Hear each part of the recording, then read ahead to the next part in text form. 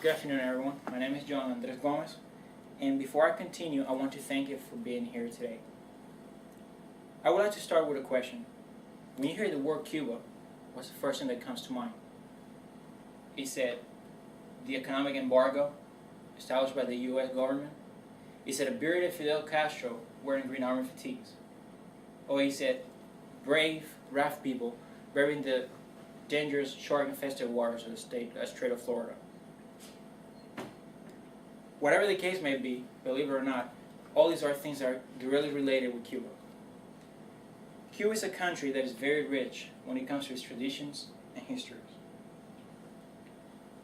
As someone born and raised there, I've been exposed firsthand to its history and to its Latin culture. Today I will talk to you about Cuba's history, its culture, so that this way you will have a better insight at this beautiful Caribbean country.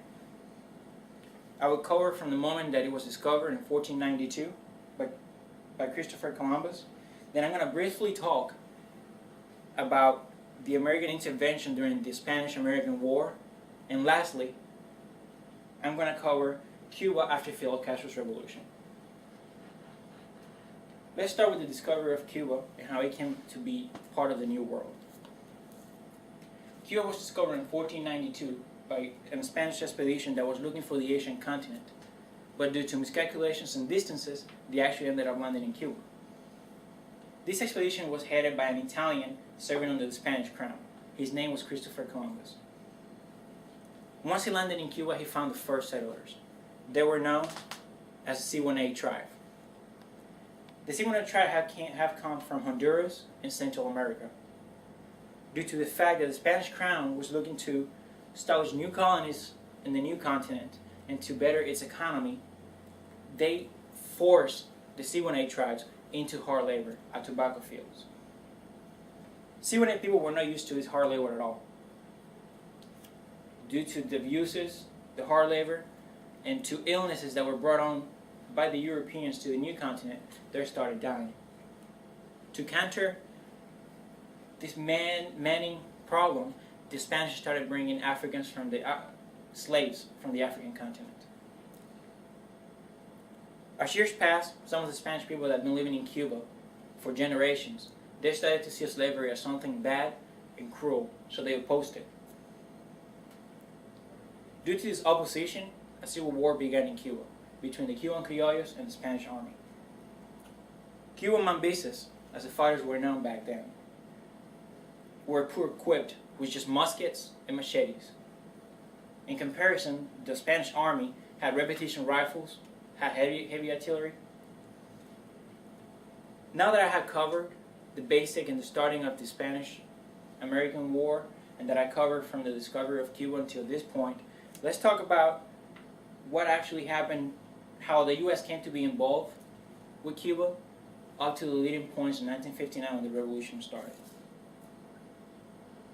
Due to Cuba's struggle for independence from Spain, the U.S. decided to help. But there were more causes than just simple solidarity between these two nations.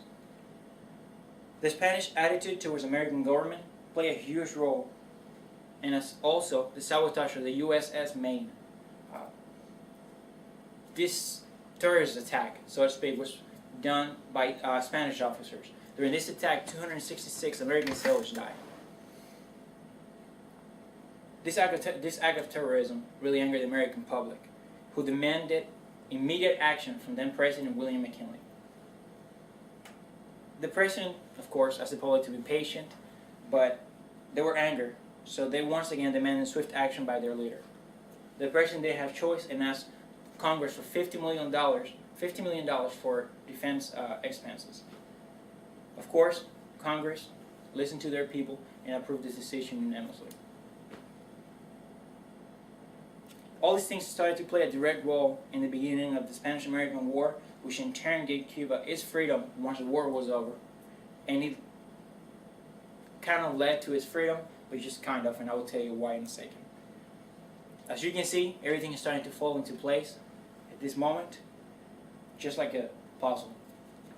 Now let's talk about after the Spanish-American War.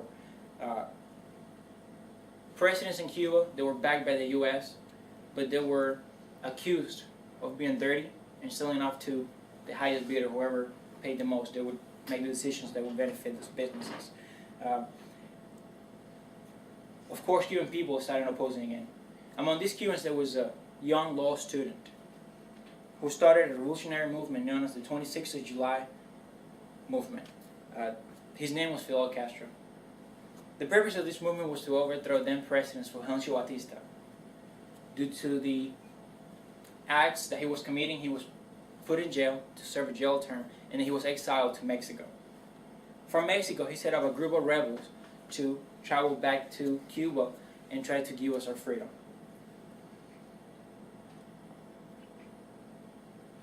Of course, arriving January 1st, after 2 long years of fighting the Cuban president and his army, the rebels won in January 1st of 1959. And with this, started a new chapter of Cuban history. For starters, one of the first things that when you establish a new government is to set new rules and regulations and laws.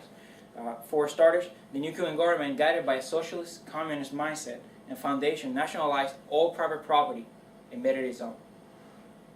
Second, that was they gathered all private land, and they also privatized it and made it the government's property. Now, they didn't keep this for themselves. What they did, they enacted the Agrarian Reform Law. And what they did, they distributed the land in equal pieces back to the peasants or campesinos, like you say in Spanish. I myself was lucky enough to witness this. My grandfather had a huge piece of land in Cuba, and he inherited it from his father, who in turn got it issued by the Cuban government during the Agrarian Reform Law. After the revolution, education became free. Even in centers of higher learning, such as universities and college, you don't have to pay for education in Cuba, period. Healthcare also became free. Doesn't matter what surgery you have to get, doesn't matter what treatment, it's free. You don't have to pay 1 single cent for it. You just show up and you get taken care of. However, economy on the other hand started to decline. Nowadays, a well-educated person, a doctor, an engineer, roughly makes to 300 pesos, Cuban pesos, which roughly translates to only $15 US dollars. So you can see how it doesn't matter what your title of education is, you still get paid really little for it. As you can see, the years as you can see through the years, Cuba has changed a lot. In some ways it became better, in others not so much. Today I cover from the discovery of Cuba in 1492. Then I cover about how the Spanish-American War affected Cuba and how we got involved, how the U.S. got involved with Cuba. And then I cover Fidel Castro's revolutions. Are there any questions? My goal and hope was that after you listen to my presentation, you now have a better knowledge about the Cuban people, its cultures, and about Cuban history, past and present. Thank you for your time, and have a great day.